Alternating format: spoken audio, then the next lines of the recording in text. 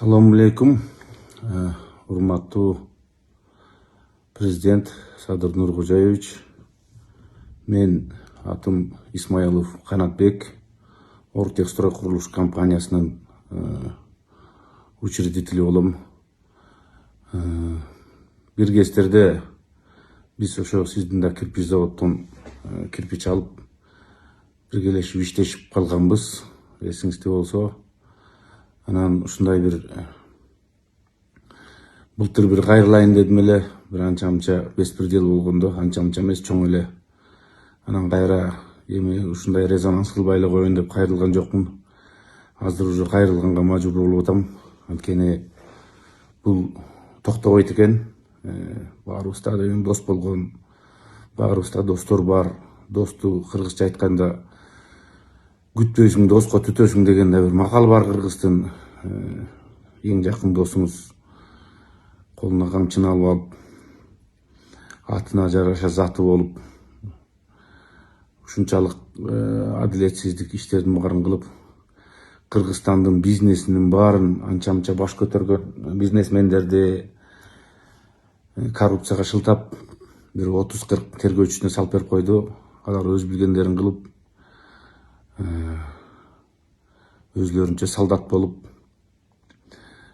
үстү жактан айтып атат, бул жактан айтып атат деп болгон граждандык иштин баарын арыз жаздырып алып, бизнестин баарын тартып алып, ушундай эмеге салып койду, бир нукка салып койду, тышкырып алышып эле бирөөнөн арыз жаздырып алып, аркасынан аңдышып, ушундай мамлекетибиз 37-жылга келип калды го деп ойлоп калдым. Бул мамлекетте мындан ары бизнес кылыш, менин оюмча, уже абдан кыйынчылыкка келатат. Пандемия болду, андан кийин революция болду, эми момундай кризистер болуп атат. Бизге жардам көрсөткөндүн ордуна ушунчалык чоң, орусча айтканда, давление болуп атат. 30 жылдан бери бизнесте жүрүп, мынчалык адилетсиздик, беспределди көргөн эмесмин. Болгон покупательдерди, биздин клиентураны, фирманын аброюна көп эмелерди келтирип, тоскоолдуктарды келтирип, буну алып барып камап койсо, эртең чыга калышат, муну алып барып камап койсо, мынча акча бере калышат деген эле өзүнчө схема болуп калды. Билбейм кандай система түзүлүп атат, көрүп атам, сиз аракет кылып бизнеске тийбегиле, буга шылтабагыла дейсиңер, келип эле бизнести баса калып атат. Кредитке чейин асылып атат. Мына Айыл банктан алган кредиттерибизди, бир да льготный кредит алган эмес элем, ошол кредитке шылтабылап туруп, банкирлерди камады бир үчөөнү. Биздин сотрудниктерди, группа компаниянын директорлорун камайлы деп аракет кылышты. Аларды дагы тергөөгө алышып, сүйрөп жүрүшөт. Россиф деген компания. Биз өзүбүз көлдөн бир пансионатты бүтүрүп, экинчи пансионат салып, үчүнчү пансионат алып, чоң-чоң проекттерди ысык көлдө жасап аттык элек, бүт проектлерибиз токтоду. Ушул сиз келгенден кийинки, бийликтен кийинки ушундай бизге тоскоол болуп атат да. Түшүнөм, сизге убактыңыз жок, баарын карап текшергенге.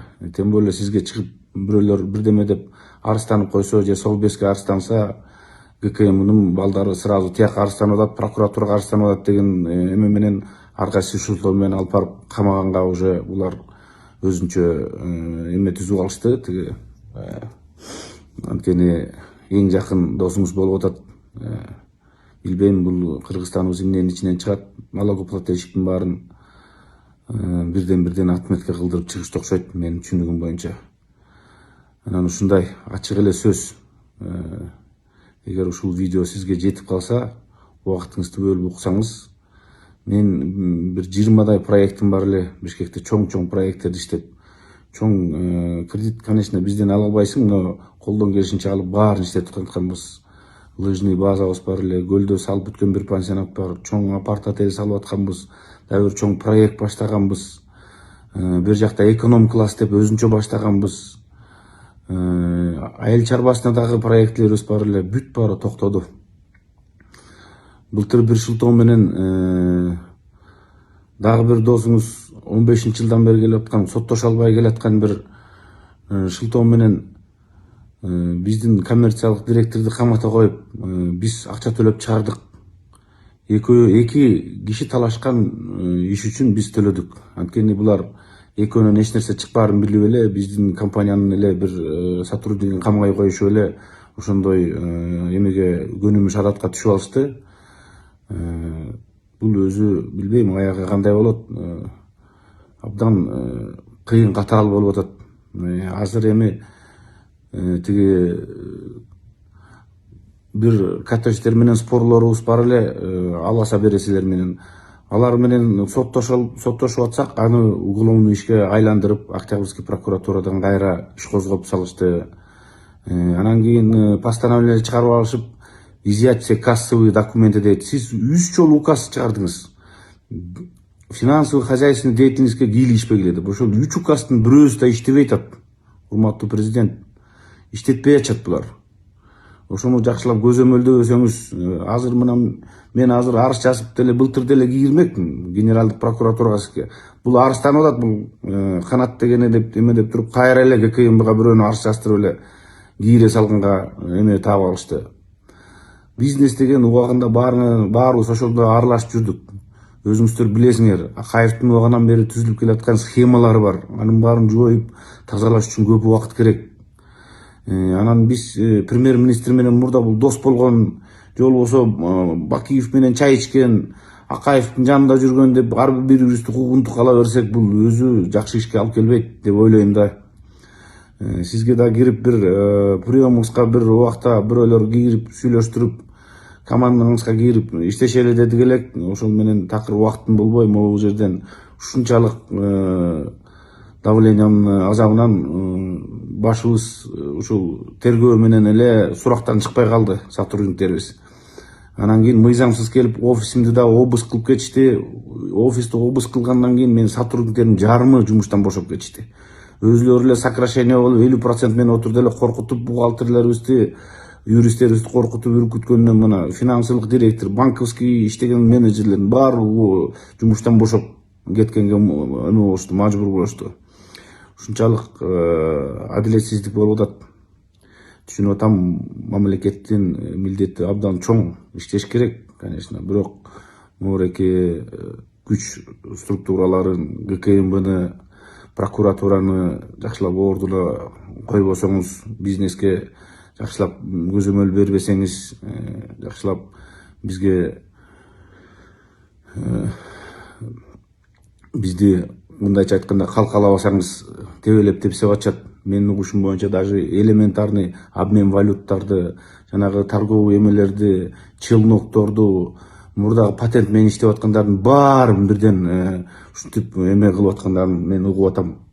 Конечно, фактыны келтирип баарын айта албайбыз, анткени аны жаз десең эле анан гана факты гана деп кайра өзүлөрүн жоопко тартып коюшу мүмкүн. Мен эл арасында жүрөм, курулушта 30 жылдан бери бизнестемин, ошонун 20 жылдан ашты курулуштамын.